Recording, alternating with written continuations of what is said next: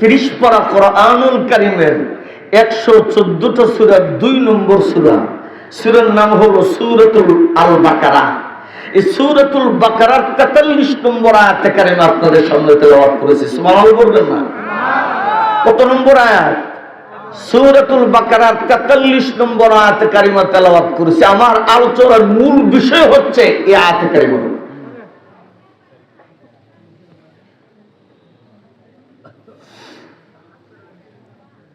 এই আয়াতের উপর আমরা কিছুক্ষণ সময় আলোচনা শুনি। আয়াতে কারিমার শাব্দিক অর্থ হলো আল্লাহ সুবহানাহু ওয়া তাআলা বলেন, তোমরা নামাজকে কায়েম করো, যাকাত প্রদান করো। সুবহানাল্লাহ বলেন। ওয়া আকিমুস সালাতা ওয়া আতুজ যাকাতা ওয়ারকাউ মা'আর রাকিঈন।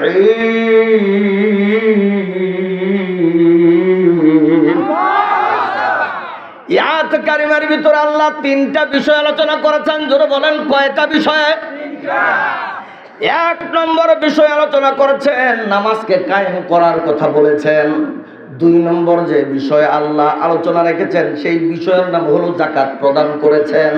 3 নম্বর যে বিষয় আল্লাহ পাক আলোচনা করেছেন আয়াতের ভিতরে সেই বিষয়টা হলো তোমরা রুকু করবা তাদের সাথে যারা রুকু করে। তার মানে মুফাসসিরিন কেরাম তাফসীরের ভিতরে উল্লেখ করেছেন আল্লাহ যে বললেন রুকু করবে রুকুকারীদের সাথে, তার মানে যারা জামাতে নামাজ পড়ে, নামাজ পড়বা তুমি জামাতের সাথে। জোরে বলেন আল্লাহু আকবার। আর জোরে বলেন আল্লাহু আকবার। 3টা বিষয় এইখানে আলোচনা করা হয়েছে। 1 নম্বর বিষয় হলো নামাজ কায়েম করা সম্পর্কে, 2 নম্বর বিষয় হলো যাকাত প্রদান সম্পর্কে, 3 নম্বর বিষয় হলো জামাতের তাগিদ সম্পর্কে। জোরে বলেন ঠিক কিনা? এই 3টা বিষয়ে মহান আল্লাহ সুবহানাহু ওয়া তাআলা আয়াতে কারিমার ভিতরে আলোচনা করেছেন। বন্ধুগণ, আমি আপনাদেরকে জিজ্ঞাসা করি, নামাজের দরকার আছে না নাই? বন্ধুগণ আমার, ইবনে মাজাহ শরীফের হাদিস, মুসনাদ আহমদ শরীফের ভিতরে এই হাদিস কেন চলে এসেছে? মহান আল্লাহর নবী বলেছেন সালাসাতুন লা ইয়াহুলুহুম ফাজাউল আকবার। জোরে বলেন আল্লাহু আকবার।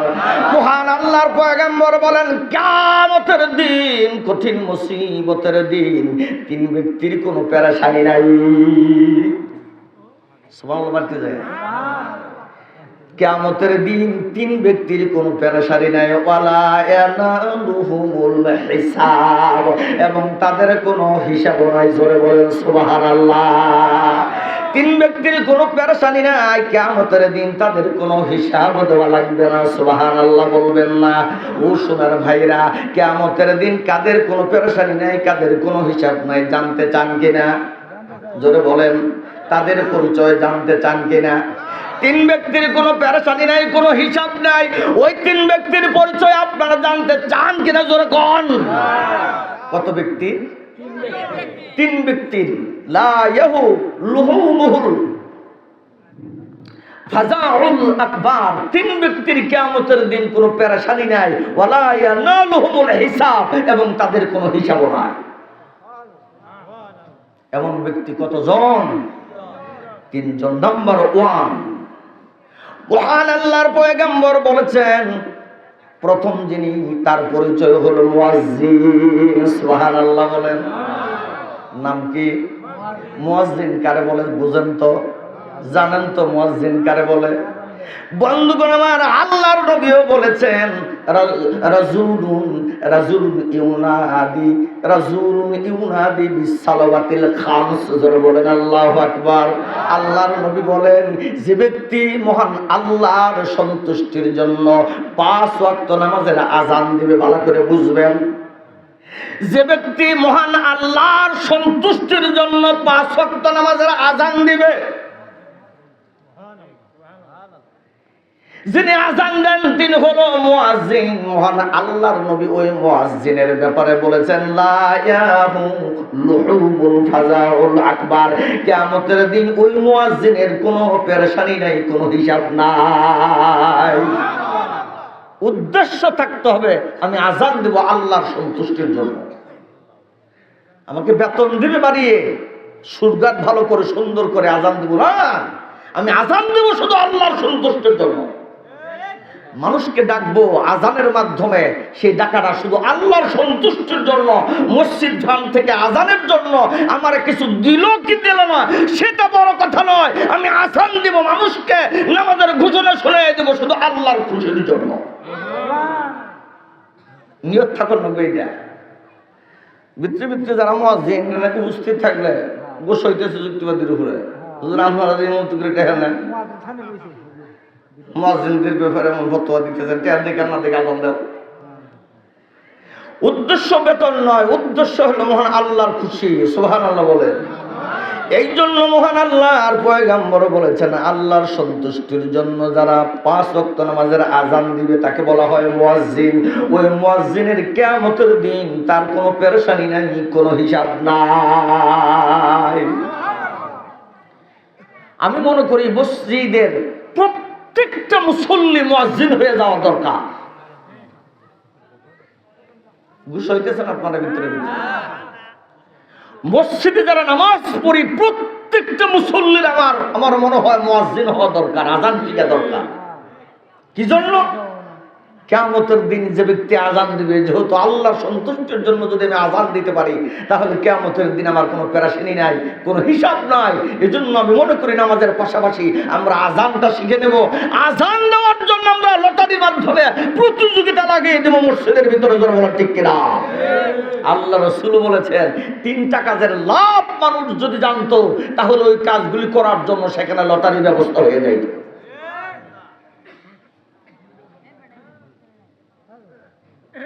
আজকে যেইখানে প্রতিযোগিতা হওয়ার কথা সেখানে প্রতিযোগিতা নাই, যেখানে প্রতিযোগিতা হওয়ার কথা না সেইখানে প্রতিযোগিতা হচ্ছে। শুধু প্রতিযোগিতা না, সেখানে খুন পর্যন্ত হচ্ছে, রক্তাক্ত হচ্ছে। চায়ের দোকানে বাজারে খুঁজ গল্প করে করে সেইখানে সময় অপচয় করে, রক্ত করে, শত্রুতা বাড়াচ্ছে, টাকা অপচয় করছে, গীবত করে নিজের জীবনটাকে একেবারে জাহান্নামের পথে নামিয়ে দিচ্ছে।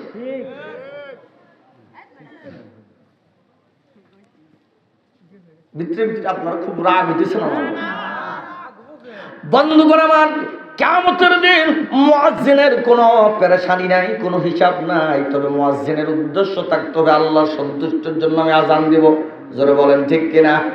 বন্ধুগণ আমার নাম্বার 2, আল্লাহর পয়গম্বর বলেছেন ওয়া রাজুলুন ইয়াউম্মু কওমান। সুবহানাল্লাহ বলেন। ওয়া রাজুলুন ইয়াউম্মু ওই ইমামের কথা বলেছেন। কোন ইমাম? মহান আল্লাহর পয়গম্বর বলেছেন যে ইমাম ইমামতি করেছে, মুসল্লিরা তার প্রতি সন্তুষ্ট রয়েছে, রাজি আছে, খুশি আছে। বন্ধুগণ আমার, ওই ইমামের কথা মহান আল্লাহর নবী বলেছেন যে ইমাম ইমামতি করেছে, মুসল্লি ইমামের প্রতি সন্তুষ্ট রয়েছে। আল্লাহর নবী বলেন লা ইয়ামুহু লুহুল ফাজাউল আকবার। কিয়ামতের দিন ওই ইমামেরও কোনো পেরেশানি নাই, কোনো হিসাব নাই। সুবহানাল্লাহ বলেন। তাহলে মুয়াজ্জিন হতে পারলে কিয়ামতের দিন তার কোনো পেরেশানি নাই, কোনো হিসাব নাই। যদি ইমাম হওয়া যায়, মুসল্লি যদি ইমামের প্রতি রাজি খুশি থাকে, ওই ইমামেরও কিয়ামতের দিন কোনো ভয়, কোনো পেরেশানি, কোনো হিসাব। ভিতরে ভিতরে আপনারা যদি সইতেছেন, হুজুর বেশ তো আপনারা আর মুয়াজ্জিনটা হয়ে গেল না। আপনারা আশায় থাকেন, আপনাকে ডোয়াইতেছে।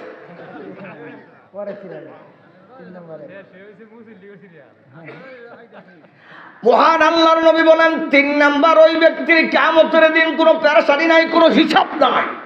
সুবহানাল্লাহ। কোন ব্যক্তির কথা বলেছেন শুনতে চান?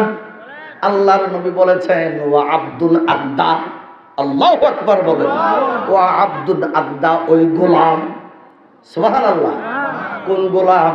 আল্লাহর নবী এটাও ইন্ডিকেট করে বলে দিয়েছেন হাক্কাল্লাহি ওয়া হাক্কা মাওয়ালিহি, যে গোলাম হইয়া আল্লাহর হুকুম মেনেছে, পাশাপাশি দুনিয়াতে তার মুনিবের হুকুম মেনে চলেছে। জোরে বলেন সুবহানাল্লাহ। তার মানে গৃহস্থের কাম করেছে, সময় সময় আল্লাহর তাসবিহ পড়েছে। আল্লাহর নবী বলেছেন লা ইয়াহু লুহুমুল ফাজাউল আকবার। কিয়ামতের দিন ওই কামলার কোনো পেরেশানি নাই, কোনো হিসাব নাই। জোরে কোন সুবহানাল্লাহ।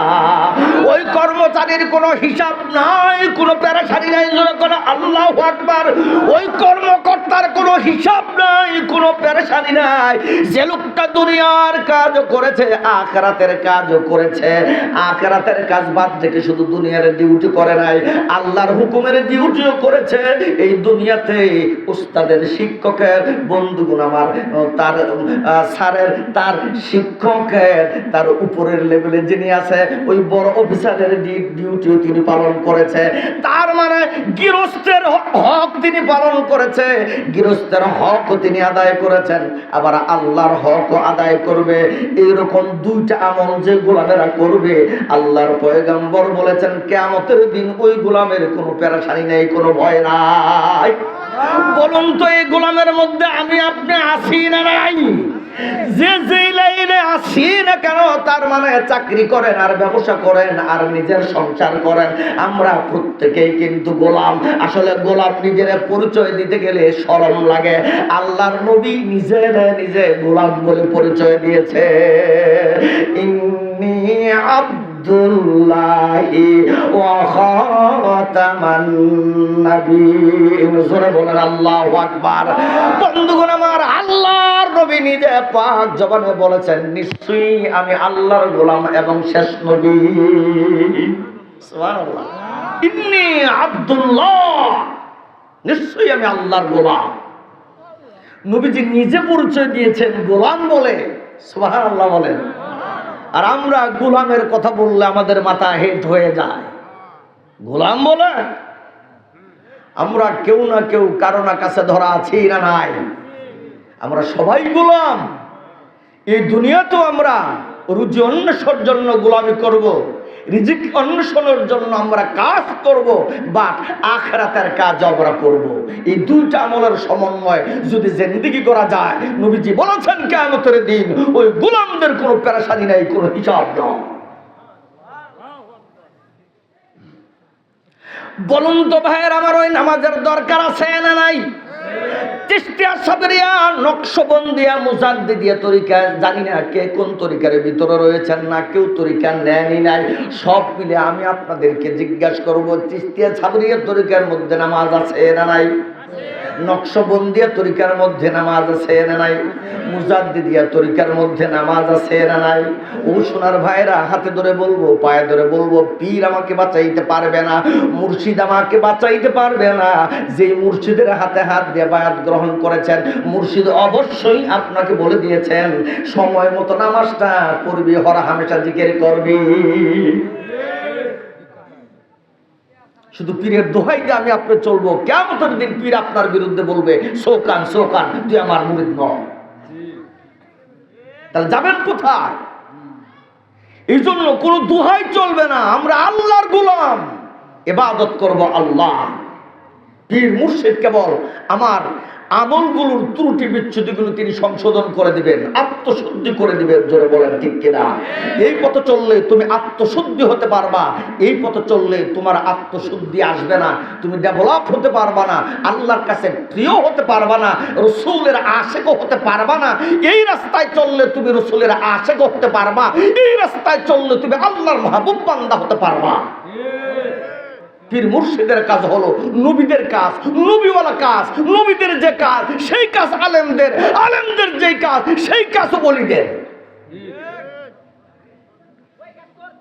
ওলিরা বেলায়েতের মাকাম আল্লাহ তাদেরকে দান করেছেন, এই জন্য তাদের খেতাব হয়েছে ওলি। জোরে বলেন ঠিক কিনা? আমলগত কারণে এই মর্যাদা, ওই তবকায় তারা গিয়েছেন। কাজেই তাদের দুহাই দিয়ে পার হতে পারবো না। তারা যে রাস্তায় চলে ওলির মর্যাদা পেয়েছেন, ওই রাস্তার পথিক যদি আমি আপনি হতে পারি, কেবলমাত্র কিয়ামতের দিন ওই পীর নিজে জাহান্নামী হলো আপনার জন্য সুপারিশ করে যাবে, আল্লাহ আমি নিজে মানতে পারি নাই, তবে আমার এই মুরিদের বুঝাইছিলাম, আমার মুরিদ আমার কথা মতো চলে, আল্লাহ তোমার কোরআনের শাসন মেনে চলেছে, কোনটা হালাল কোনটা হারাম এটা তিনি বিশেষ বিবেচনা করে চলেছে, আল্লাহ এই লোকটার মাফ করে দেন। দরকার আছে না নাই? বন্ধুগণ আমার, যে কথাটা বলতেছিলাম, তাহলে বোঝা গেল যারা মুয়াজ্জিন হবে মুয়াজ্জিনের কোনো পেরেশানি থাকবে না, যারা ইমাম হবে মুসল্লি যা ইমামের প্রতি সন্তুষ্ট থাকবে, কিয়ামতের দিন তার কোনো মুসিবত থাকবে না। বন্ধুগণ আমার, ওই চাকরিজীবী, ওই গোলাম, ওই কামলা, ওই লেবার, ওই রিক্সাওয়ালা যে যাই হোক না কেন, দুনিয়ার কর্ম করেছে, আখিরাতের কর্ম করেছে, এই দুই কাজের সমন্বয় কিয়ামতের দিন ওই রিক্সাওয়ালার কোনো হিসাব থাকবে না। সুবহানাল্লাহ বলেন। বন্ধুগণ আমার, নামাজটা মসজিদে আইসা পড়ার কথা।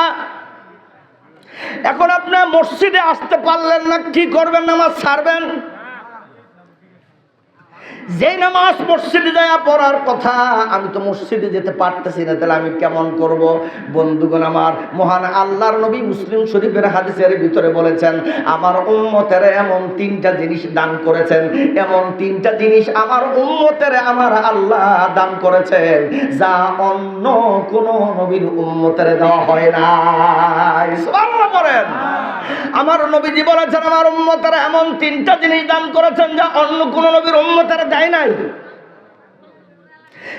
এক নম্বর, আমার গুনাহগার উম্মতের নামাজের কাতারের মর্যাদা নিষ্পাপ রহমতের ফেরেশতাদের কাতারের মর্যাদা আল্লাহ দান করেছে। এই জন্য নামাজের তাগিদ, জামাতে পড়ার তাগিদ বেশি দিয়েছে। সুবহানাল্লাহ বলেন। মানুষ যখন কাতার বন্দী হয়ে সারিবদ্ধ হয়ে যখন নামাজে দাঁড়িয়ে যায়, নবীজি বলেছেন, আমার উম্মতেরা পাপী, আমার উম্মতেরা গুনাহগার, আমার গুনাহগার উম্মতেরা যখন কাতার বন্ধ হয়ে নামাজে দাঁড়িয়ে যায়, আসমান থেকে আল্লাহ বলেন, এরা পাপী নয়, এরা গুনাহগার নয়, এরা যেন আমার নিষ্পাপ রহমতের ফেরেশতাদের মর্যাদা এদেরকে দাও। আমরা জীবন ভর গুনাহ করেছি, এরপর মসজিদে ঢুকেছি নামাজের জন্য, মনে হয় যেন জিন্দেগির গুনার ভারে মসজিদ ভেঙে যাবে, অথচ আসমান থেকে আপনি মসজিদে জামাতে শরীক হলেন, আসমান থেকে আল্লাহ খুশি হয়ে যায়, ডাক দেয়, ইয়া আব্দি বান্দারা, তুই জানোস না তোর মর্যাদা কতটুকু বাড়িয়ে দিয়েছি, তুই এমন পাপিষ্ঠ, তুই আজকে জামাতে নামাজে দাঁড়ানোর কারণে আমি আল্লাহ ঘোষণা দিয়েছি আমার পবিত্র রহমতের ফেরেশতাদের মর্যাদার কাতারের সমতুল্য তুই যে কাতারে দাঁড়িয়েছস। সুবহানাল্লাহ। তাহলে বলুন, নামাজ পড়লে নামাজটা মসজিদে এসে পড়ার মধ্যে ফায়দা আছে না নাই? বন্ধুগণ আমার, মহান আল্লাহর পয়গম্বর বলেন, তিনটা জিনিস দেওয়া হয়েছে, তার মধ্যে প্রথম হলো নামাজের কাতারের মর্যাদা, দুই নম্বর হলো ওযু করতে যদি আমার উম্মতের অপারগ হয়ে যায়, তায়াম্মুম করে পবিত্রতা হাসিল করতে পারবে, নামাজ পড়তে পারবে। এমন আইন অন্য কোন নবীর উম্মতের দেওয়া হয় নাই। এই আইনটা, এই তায়াম্মুমটা শুধু আমার গুনাহগার উম্মতের জন্য করে দেওয়া হয়েছে। যেরকম সুবহানাল্লাহ। আবার নবীজি রহমত কিনা জোরে কম। আপনার ওযু করতেও পারো, ব্যবস্থা কি? তায়াম্মুম। জোরে বলেন, কি ব্যবস্থা? মনে হয় আপনাকে ভালো লাগতেছে না? ইউবার যদি ভালো না লাগে তাহলে আমি ওইভাবে বলতে পারবো না। বন্ধুগণ আমার, বলতেছিলাম, দুই নম্বর, আমি আপনি ওযু করতে অপারগ হয়ে গেলাম, অসুস্থ হয়ে গেলাম, ঠান্ডা পানি ধরলে আমার রোগ বেড়ে যেতে পারে, ঠান্ডা বেড়ে যেতে পারে, ডাক্তার নিষেধ করে থাকতেও পারে। বন্ধুগণ, অথবা পানি পাওয়াই গেল না, যে কোনো কারণেই হোক ওযু করা অপারগ হয়ে গেলে আল্লাহর নবী বলেন, তায়াম্মুম করে নামাজ পড়ার বিধান আমার গুনাহগার উম্মতের জন্য করে দিয়েছে। তোমার ওযু করা লাগবে না, যেহেতু ওযু করা তুমি অপারগ হয়ে গেছো, তায়াম্মুম করে নামাজ পড়বে, ওযু করার সব তোমার আমলনামায় দেওয়া হবে। যেরকম সুবহানাল্লাহ। তিন নম্বর, এমন একটা দামি জিনিস আমার উম্মতের আমার আল্লাহ দান করেছেন যা অন্য কোন নবীর উম্মতের দেয় নাই। ওই তিন নম্বর জিনিসটার নাম কি শুনবেন? মহান আল্লাহর নবী বলেন, আমার গুনাহগার উম্মতের জন্য তামাম পৃথিবীর জমিনটা নামাজের জন্য পবিত্র করে দিয়েছে। যেরকম সুবহানাল্লাহ। বন্ধুগণ আমার, অন্যান্য নবীদের বেলায়, নবীদের উম্মতের বেলায় নামাজটা এমন ভাবে আইন করে দেওয়া হয়েছিল, নামাজের ব্যাপারটা।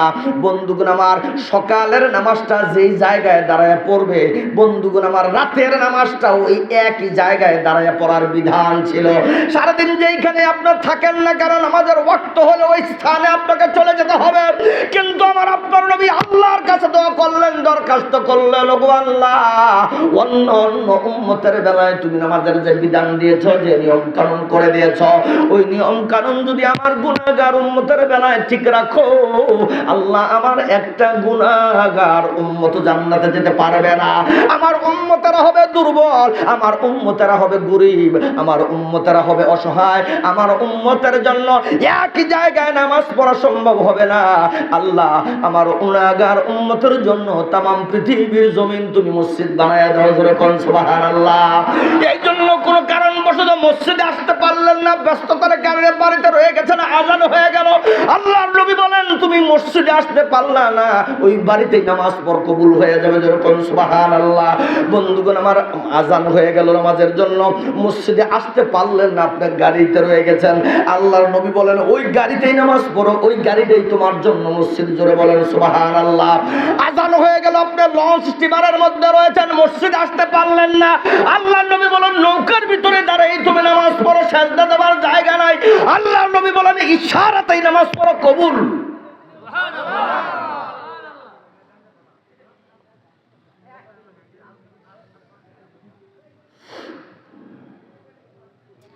মহান আল্লাহর পয়গম্বর আর এক হাদিসের ভিতরে বলেছেন তুমি ময়দানে আছো, কাজ করতেছো মাঠে, নামাজের জন্য আজান হয়ে গেল, তুমি ওই মাঠের থেকে মসজিদ পর্যন্ত আসলে নামাজের ওয়াক্ত চলে যাবে, জামাতের সময় চলে যাবে, এখন কি করবে?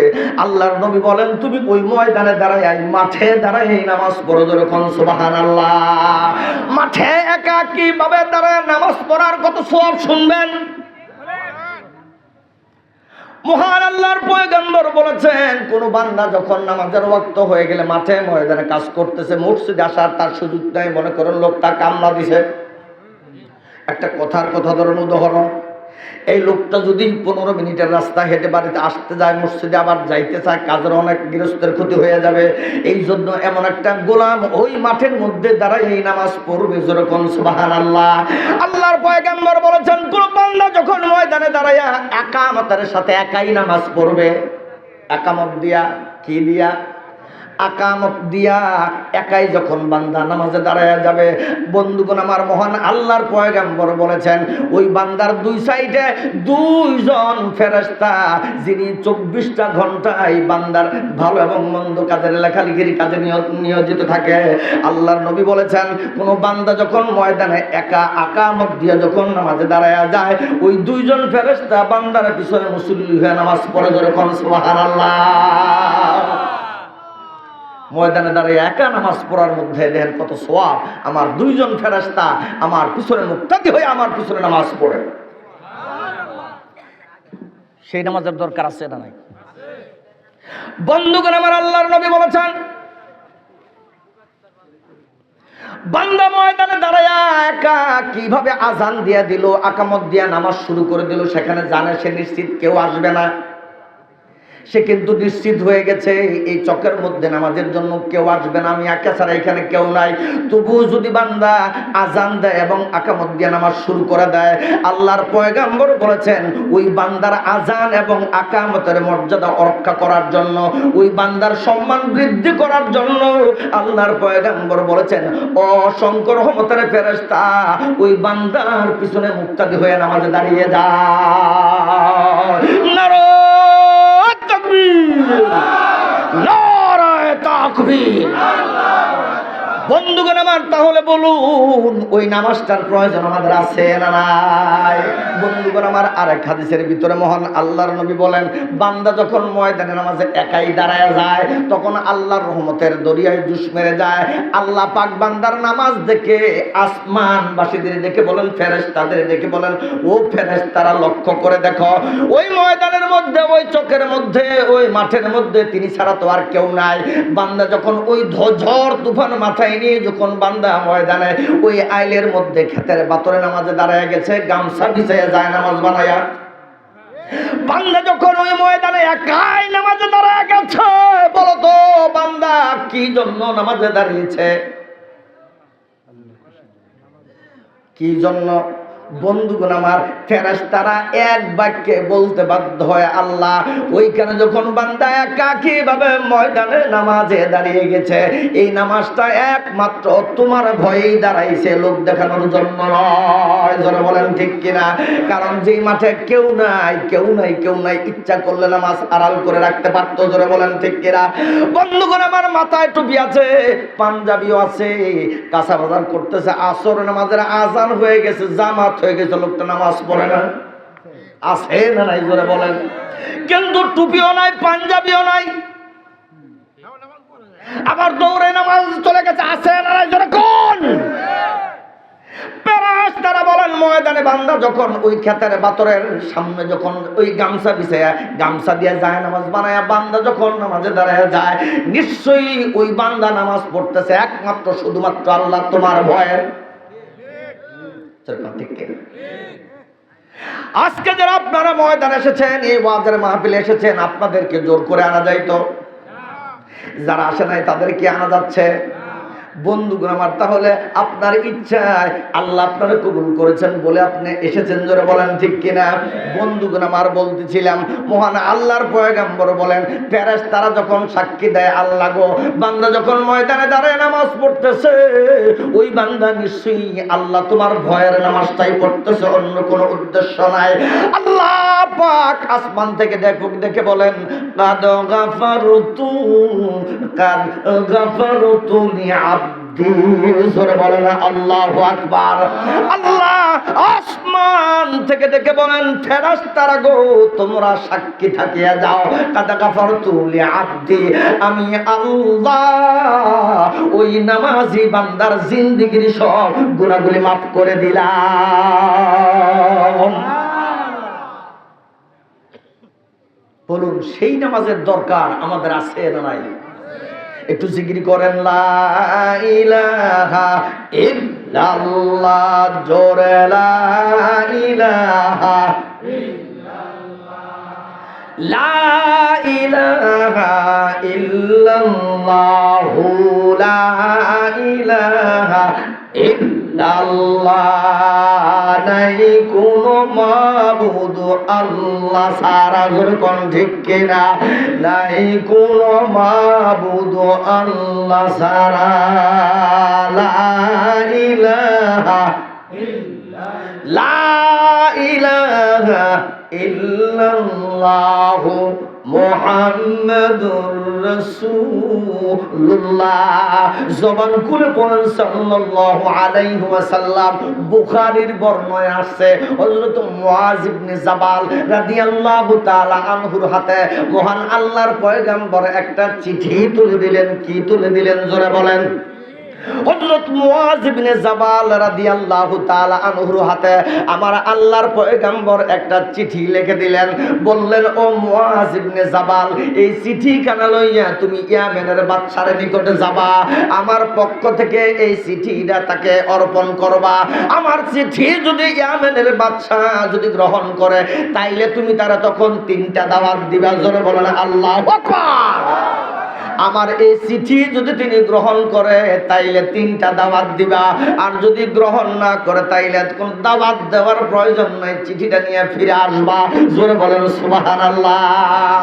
বন্ধুগণ আমার, নবীজির সাহাবী হযরত মুআয ইবনে জাবাল রাদিয়াল্লাহু তাআলা আনহু চলে গেলেন সেই ইয়ামেনের বাদশার নিকটে।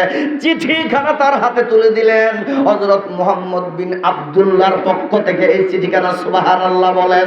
বন্ধুগণ আমার, চিঠিখানা তিনি সাদরে গ্রহণ করলেন। বন্ধুগণ, হযরত মুআয ইবনে জাবাল, নবীজির কথা মনে পড়লো, চিঠি গ্রহণ করলো তো 3টা দাওয়াত থাকবে, অন্যথায় আমি চলে যাব। চিঠি যখন গ্রহণ করছে, 3টা দাওয়াতের প্রয়োজন আছে না নাই? বন্ধুগণ আমার, প্রথম নম্বর দাওয়াত দিলেন নামাজের। জোরে কোন সুবহানাল্লাহ। কিসের দাওয়াত দিলেন? একসাথে বলেন, নামাজের দাওয়াত দিলেন। ইয়ামেনের বাদশাহ দেখে বলেন, ও মুআয ইবনে জাবাল, নামাজ কি জিনিস? বন্ধুগণ আমার নবীজির সাহাবী হযরত মুআয ইবনে জাবাল দেখে বলেন, ওগো ইয়ামেনের বাদশাহ, নামাজ এমন একটা বন্দেগী, নামাজ এমন একটা আমল, নামাজ হলো স্রষ্টার সাথে বান্দার দিদার, বান্দার মেরাজ হলো নামাজ। জোরে বলেন আল্লাহু আকবার। নামাজ হলো আল্লাহর দিদার। সুবহানাল্লাহ বলবো না? নামাজে কার দিদার মিলে? আল্লাহর দিদার মিলে। সুবহানাল্লাহ, সুবহানাল্লাহ। 2 নম্বর দাওয়াত দিলেন যাকাত প্রদান করবা। ইয়ামেনের বাদশা বললেন যাকাত কি জিনিস? সুবহানাল্লাহ। কি সুন্দর আলোচনা আসছে, তাই না গো? ঠিক না? ঠিক না? ইয়ামেনের বাদশা বলেন যাকাত কি জিনিস আমি তো বুঝি নাই, কোনোদিন জানি নাই। নবীজির সাহাবী হযরত মুয়াজ ইবনে জাবাল রাদিয়াল্লাহু তাআলা আনহু বলেন যাকাত হলো ওই জিনিসের নাম ধনীদের কাছ থেকে নেওয়া, গরিবদেরকে দেওয়া। সুবহানাল্লাহ কয় না? ধনীদের কাছ থেকে নেওয়া, গরিবদেরকে দেওয়া, এর নাম হলো যাকাত। সুবহানাল্লাহ কয়। বন্ধুগণ আমার, 3 নম্বর দাওয়াত দিলেন। কিসের দাওয়াত দিলেন শুনবেন। মুয়াজ ইবনে জাবাল রাদিয়াল্লাহু তাআলা আনহু বলেন 3 নম্বর নসিহত, 3 নম্বর দাওয়াত হলো মাজলুমের বদদুয়া থেকে, মাজলুমের অভিশাপ থেকে, মজলুমের লানত থেকে বাঁচিয়া থাকিও। জোরে বলেন আল্লাহু আকবার। 3 ব্যক্তির দোয়া কবুল হইতে কোনো পর্দা থাকে না, কোনো আড়াল থাকে না। জোরে বলেন আল্লাহু আকবার।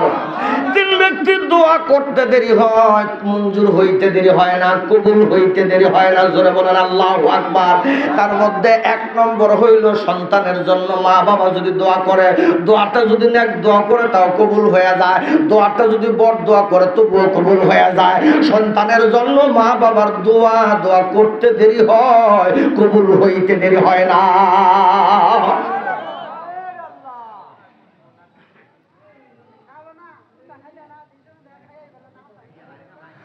2 নম্বর হলো মুসাফির ব্যক্তি যদি দোয়া করে, মুসাফিরের দোয়া আল্লাহ ফেরত দেয় না। সুবহানাল্লাহ বলেন। 3 নম্বর যারা মাজলুম, যারা অত্যাচারী, যারা নির্যাতিত বান্দা যদি তখন কারো জন্য দোয়া করে, সেটা যদি ভালো দোয়া করে সেটাও কবুল, সে যদি লানত দোয়া করে তবু লানতের দাও কবুল হয়ে যাবে।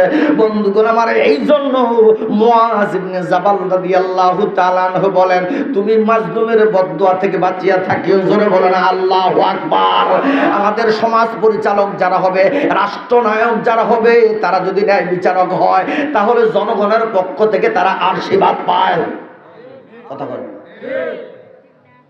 আমাদের সমাজ যারা নেতৃত্ব দেয়, আমাদের রাষ্ট্র যারা চালায়, রাষ্ট্রের পরিচালক যারা, সমাজের নেতৃত্ব যারা দেয়, যারা সমাজ চালায়, বন্ধুগণ আমার, সমাজে যদি তারা সুন্দর ব্যবহার দেখায়, সুবিচার যদি তারা আনয়ন করতে পারে, সমাজবাসীর পক্ষ থেকে তারা নেক দোয়া পায়। আর যদি কারো উপরে জুলুম করে, অন্যায় অবিচার করে, তাহলে ভিতরে তার জন্য লানতের দোয়া আসে। তারাই জোরে বলেন ঠিক কিনা?